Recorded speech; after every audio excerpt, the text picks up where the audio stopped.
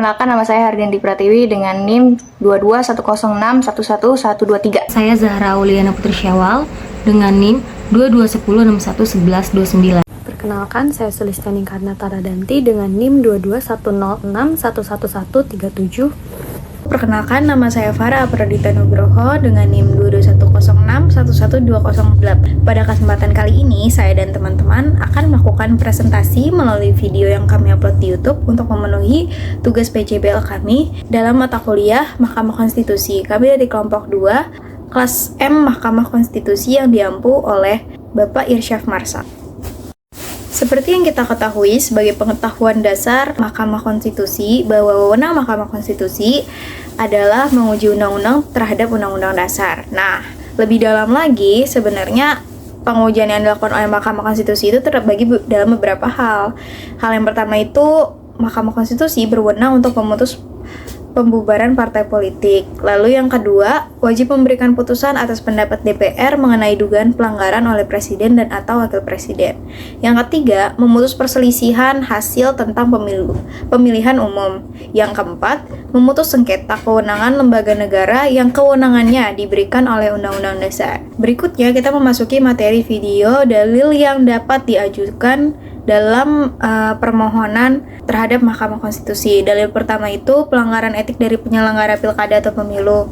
Lalu yang kedua, penggelembungan suara atau pengurangan suara atas hasil pemungutan suara pemilu. Yang ketiga, kriminalisasi calon, tidak terdapatnya pemilihan di beberapa tempat.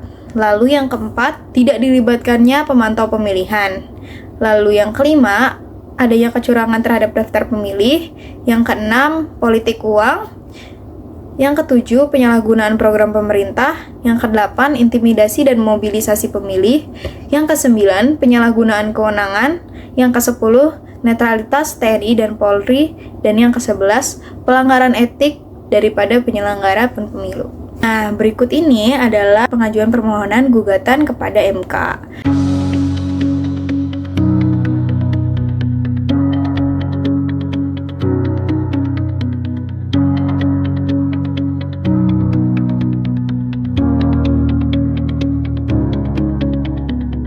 Untuk objek permohonan ialah keputusan termohon mengenai penetapan perolehan hasil suara pemilihan umum yang dapat mempengaruhi penetapan calon terpilih, bukan mengenai berita acara rapat pleno penetapan hasil rekapitulasi.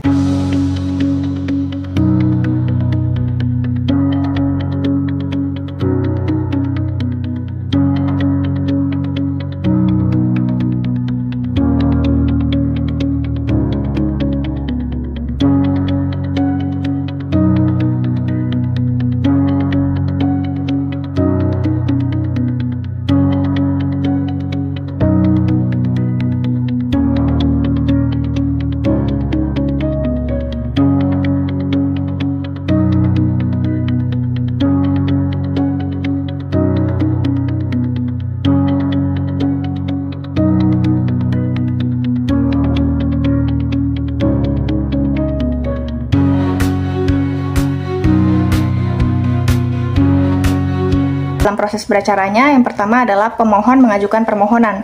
Yang kedua adalah pemenuhan, kelengkapan, dan perbaikan permohonan pemohon. Yang ketiga adalah pemeriksaan, kelengkapan, dan perbaikan permohonan pemohon. Yang keempat adalah penerbitan EHPKP 3. Yang kelima adalah pencatatan permohonan pemohon dalam EBRPK. Yang keenam adalah penyampaian salinan permohonan kepada termohon dan Bawaslu Provinsi atau Bawaslu Kabupaten Kota. Yang ketujuh adalah pengajuan permohonan sebagai pihak terkait. Yang kedelapan adalah penetapan dan penyampaian ketetapan sebagai pihak terkait. Yang sembilan adalah pemberitahuan hari sidang pertama kepada para pihak dan pemberi keterangan. Yang selanjutnya adalah dilakukan pemeriksaan pendahuluan. Yang ke-11 adalah penyerahan jawaban termohon pihak terkait dan keterangan Bawaslu Provinsi atau Bawaslu Kabupaten Kota. Yang ke-12 adalah pemeriksaan persidangan. Yang ke-13 adalah pelaksanaan rapat pemusyawaratan hakim pada tahap atau fase pertama. Yang ke-14 adalah pengucapan putusan atau ketetapan pada tahap atau fase pertama. Yang ke-15 adalah penyampaian salinan putusan atau ketetapan pada tahap atau fase pertama. Yang ke-16 adalah pemeriksaan persidangan, yakni dilakukan dengan pembuktian. Yang ke-17 ialah pelaksanaan rapat pemusyawaratan hakim pada tahap atau fase kedua.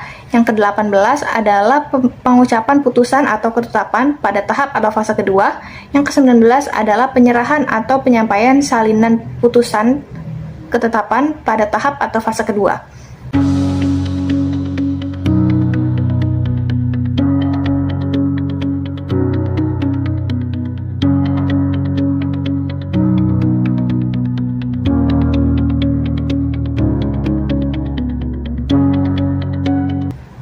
Lalu adapun mengenai batas waktu pengajuan permohon, permohonan harus diajukan paling lambat 3 hari kerja sejak pengumuman penetapan perolehan suara oleh termohon. Dalam pemilihan kepala daerah atau PHP pada tahun 2024-2025, penetapan perolehan suara oleh termohon dianggap sekaligus sebagai pengumuman resmi. Hari kerja ini dimulai pada pukul 8 pagi hingga pukul 12 malam. Hal ini menanggapi perbedaan waktu antara penetapan dan pengumuman yang terjadi pada PHP Kepala Daerah tahun 2020-2021. Saya akan menjelaskan beberapa ketentuan penting tentang dokumen tertulis para pihak. Pertama, permohonan dan perbaikan permohonan hanya dapat diajukan 1 kali selama tenggang waktu, dan perbaikan tidak boleh diserahkan secara parsial. Jawaban dari termohon juga hanya dapat diajukan 1 kali. Begitu pula surat permohonan menjadi pihak terkait dan keterangan pihak terkait masing-masing hanya boleh diajukan 1 kali. Namun, keterangan yang diajukan bersamaan dengan surat permohonan tidak dapat dianggap sebagai keterangan pihak terkait. Keterangan Bawaslu juga hanya dapat diajukan 1 kali. Selanjutnya, jawaban termohon, keterangan pihak terkait, dan keterangan Bawaslu harus disampaikan paling lambat 1 hari kerja sebelum sidang pada jam 8.00 sampai 16.00 waktu Indonesia Barat. Jika terlambat, penilaian akan diserahkan kepada mahkamah. Nomor antrian permohonan berlaku untuk 1 permohonan dan akan diproses sampai terbitnya IAP3. Setiap nomor alat bukti yang diajukan wajib dibubuhi bea materai. Untuk permohonan online, hard copy tidak wajib diserahkan, namun alat bukti harus diserahkan secara langsung. Surat atau tulisan dalam eksemplar bermaterai dan 1 eksemplar penggandaan, sedangkan alat bukti non-surat disimpan dalam USB bermaterai. Ketentuan ini juga berlaku untuk jawaban termohon dan keterangan pihak terkait atau Bawaslu yang diajukan secara online. Jika ada perbedaan antara dokumen cetak dan digital, maka yang digunakan adalah dokumen yang dicetak. Waktu perbaikan permohonan adalah 3 hari sejak diterimanya IAP3. Tergantung apakah permohonan diajukan secara offline atau online. Jika hard copy permohonan online tidak diserahkan, termasuk perbaikannya, yang dicatat di BRPK adalah permohonan awal online. Begitu pula jika ada perbedaan dengan permohonan online dan hard copy tanpa perbaikan, maka yang dicatat adalah permohonan online. Apabila perbaikan permohonan melewati tenggang waktu, maka yang berlaku adalah permohonan awal. Salinan permohonan harus disampaikan kepada termohon, Bawaslu Provinsi Kabupaten Kota, KPU, dan Bawaslu sebagai tembusan paling lama 2 hari kerja sejak IBRPK diterbitkan. Penarikan permohonan baik sebelum dan sesudah registrasi akan dikonfirmasi dalam persidangan. Untuk penyusunan permohonan, jawaban termohon, dan keterangan pihak terkait atau Bawaslu dapat mengacu pada lampiran PMK sebagai pedoman.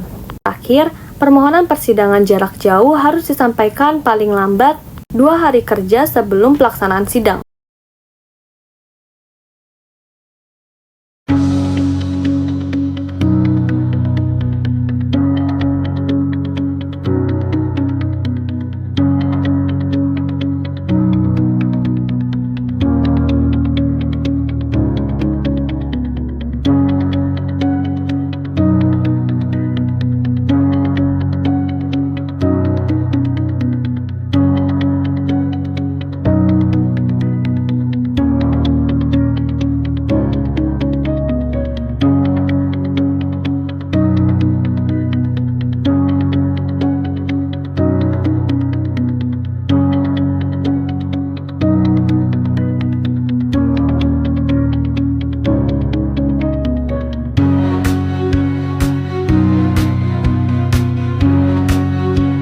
Pemberitahuan sidang dan permohonan pihak terkait dan insight. Pemberitaan sidang pertama kepada termohon dan pemberi keterangan dilakukan paling lambat 2 hari kerja setelah permohonan diregistrasi. Sedangkan pihak terkait akan diberikan pemberitaan paling lama 2 hari kerja sebelum pemeriksaan pendahuluan dan dapat mengajukan permohonan injek atau mempelajari alat bukti. Kepada ketua panel dengan menyebutkan alat bukti yang hendak dipelajari, injek dapat dilakukan setelah adanya persetujuan dari ketua panel. Lalu, permohonan pihak terkait diproses paling lama 2 hari kerja sejak permohonan diregistrasi. Lalu terkait putusan hakim, yang pertama perkara perselisihan hasil pilihan gubernur, pilihan bupati, dan pilihan wali kota, paling lama 45 hari kerja sejak permohonan dicatat dalam EBPRK. Hakim dapat memberikan putusan sela, lalu putusan dapat berupa putusan atau ketetapan. Jenis-jenis keputusan itu ada permohonan ditolak, permohonan diterima, dan permohonan dikabulkan sebagian. Selain itu, MK juga dapat menjatuhkan ketetapan dalam hal seperti isi permohonan di luar kewenangan MK, pemohon menarik permohonan, dan pemohon dan atau kuasa hukum pemohon tidak hadir pada sidang pertama pada saat pemeriksaan pendahuluan tanpa alasan yang jelas. Setelah itu, pembacaan ketetapan atau putusan dilakukan pada sidang pleno terbuka untuk umum. Lalu, salinan putusan atau ketetapan diberikan kepada para pihak seperti pemohon, termohon, pihak terkait yaitu Bawaslu, DPRD, dan pemerintah dalam waktu paling lambat 3 hari kerja setelah adanya pembacaan ketetapan putusan. Salinan dapat dikirimkan secara elektronik, lalu putusan atau ketetapan akan dimuat di laman Mahkamah Konstitusi. Sekian presentasi daripada kelompok kami, kurang lebihnya mohon maaf, dan kami berharap ilmu yang telah kami sampaikan bisa berguna bagi semua yang menyaksikan. Terima kasih telah menyaksikan.